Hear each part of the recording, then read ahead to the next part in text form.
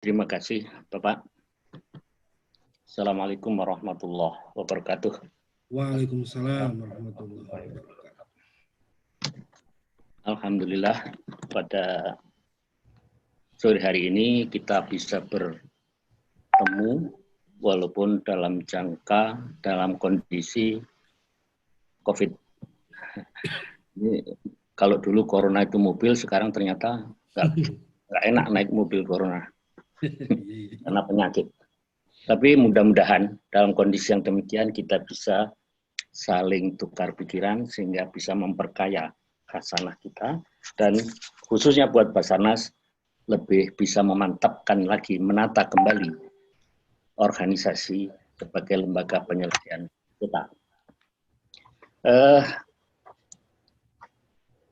Pengertian tentang arbitrase barangkali ini juga sudah kita maklumi, mengacu pada Undang-Undang 30 Pasal 1 Ayat 1, suatu cara penyelesaian sengketa perdata di luar peradilan umum, yang mestinya juga ada garing peradilan agama. Mestinya.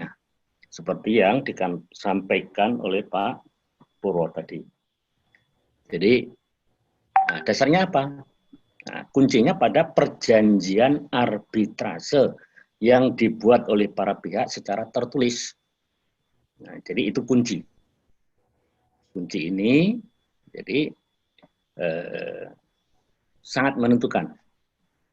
Karena disitulah akan muncul kewenangan, kompetensi absolutnya arbitrase.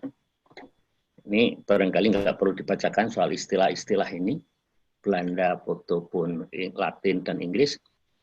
Nah, juga ada pengertian-pengertian arbitrase syariah. Ini diantaranya seperti yang dikatakan dalam buku oleh Rahmat Rashid dari Syed Jabik, merupakan suatu perjanjian untuk mengakhiri sengketa, mengakhiri pertengkaran antara dua orang yang bersengketa. Abu Ainan mengatakan bersandarnya dua orang yang bertikai sengketa kepada seseorang yang mereka ridhoi, keputusannya untuk menyelesaikan sepertikaian mereka. Begitu juga dari Karim Zaidan. Ini. Jadi kalau dilihat dari pengertian-pengertian ini, insya Allah sudah mafhum semuanya.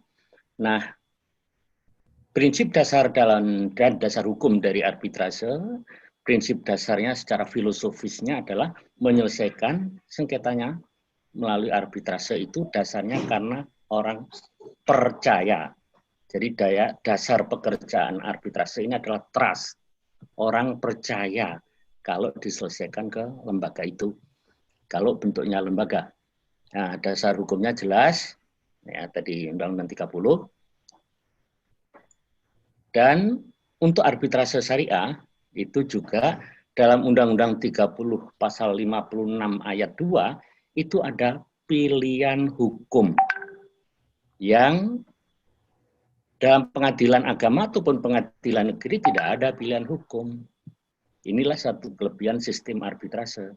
Hukum apa yang mau dipakai? Nah, di sini bagi orang Islam tentu konsistennya sebagai muslim yang kafah. Kalau sengketa ya mestinya harus selalu pakai hukum Islam. Dan hukum Islam adalah hukum termasuk hukum positif. Nah, dalam konsideran Dekret Presiden 5 Juli itu dikatakan bahwa kita kembali ke Undang-Undang Dasar 45 dan Piagam Jakarta menjiwai serta merupakan rangkaian kesatuan tak terpisahkan dengan konstitusi ini. Nah, ini yang perlu diingat. Cuma kadang-kadang ini suka lupa, tercecer di mana-mana. Kemudian juga bisa dilihat di Al-Hujurat ayat 9.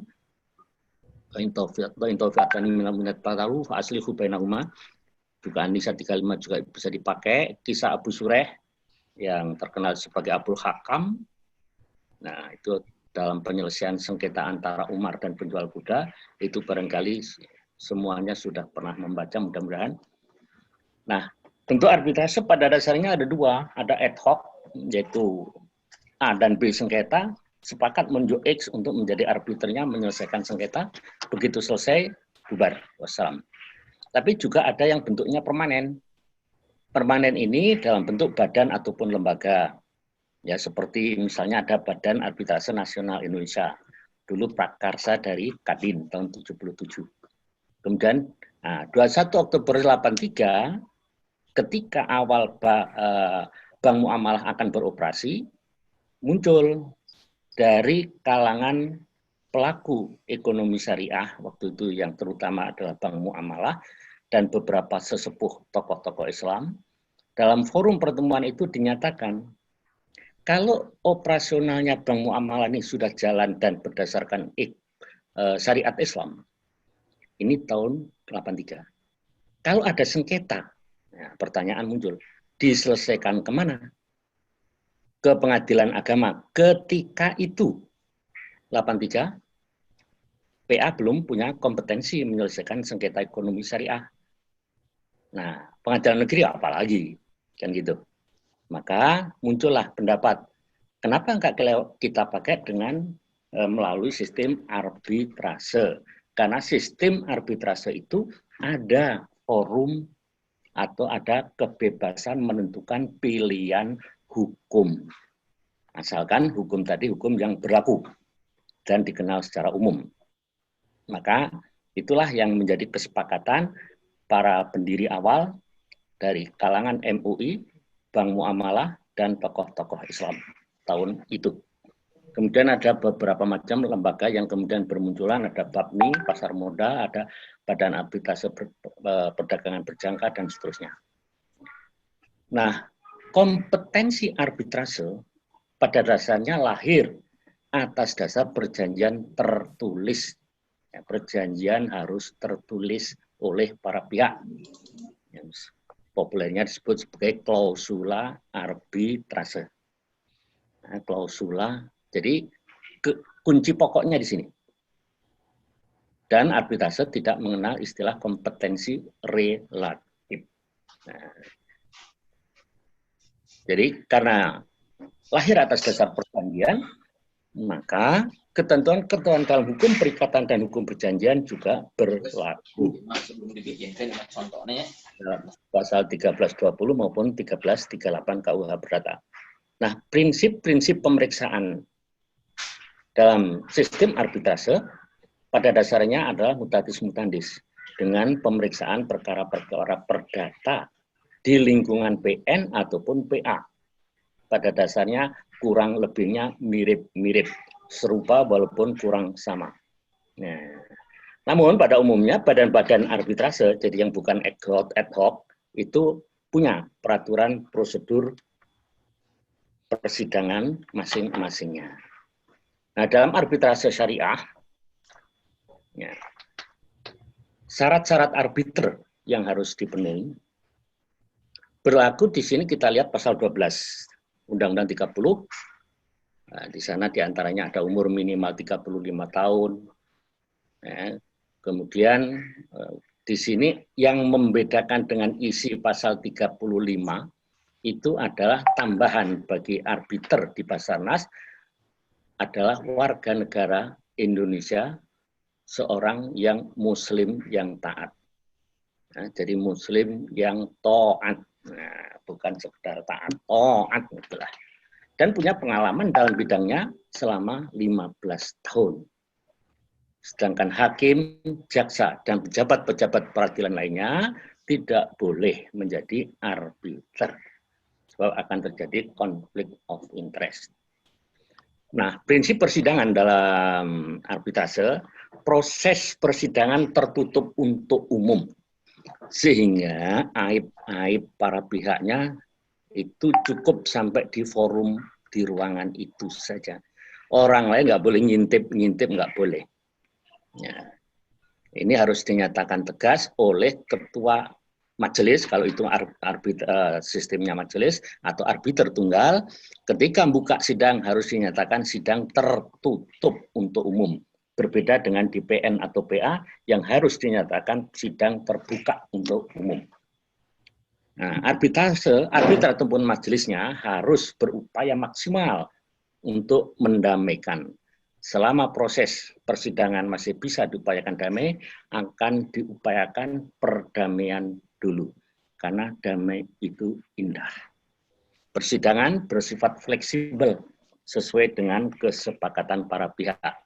Jadi tidak terlalu kaku seperti halnya di pengadilan, kapan jawaban, replik, duplik, pembuktian, dan seterusnya itu bisa fleksibel disepakati bersama. Kemudian putusan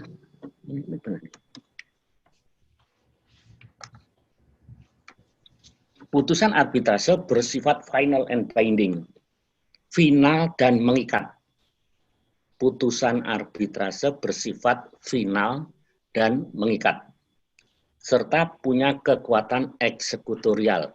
Nah, ini yang tadi disinggung oleh Pak Purwo, bahwa putusan arbitrase ini pembuat undang-undang di sini memperkokoh kedudukan. Putusannya final, mengikat, tidak ada upaya hukum. Dan bisa langsung dimohonkan eksekusi. Kalau pihak yang kalah mbalelo. Jadi harus diajukan. Kalau undang-undangnya memang menyebutkan undang-undang eksekusi dimohonkan ke PN. Karena ketika Undang-Undang 30 lahir, PA-nya masih belum punya kekuatan mengeksekusi atas putusannya sendiri. Nah, itu aneh dan lucu. Itu sisa-sisa Belanda dulu, PA boleh mutus, tapi eksekusinya harus minta tolong ke PN. Itulah. Tapi alhamdulillah dengan perubahan dan kemajuan yang ada, sehingga pengadilan agama sekarang sudah punya kewenangan melakukan eksekusi atas putusan arbitrase syariah. Nah, kenapa kok nggak bisa eksekusi? Nah, memang Undang-Undang 30 tidak memberi kewenangan. Eksekutor itu harus oleh pejabat institusi negara. Kalau swasta, arbitrase ini kan peradilan swasta.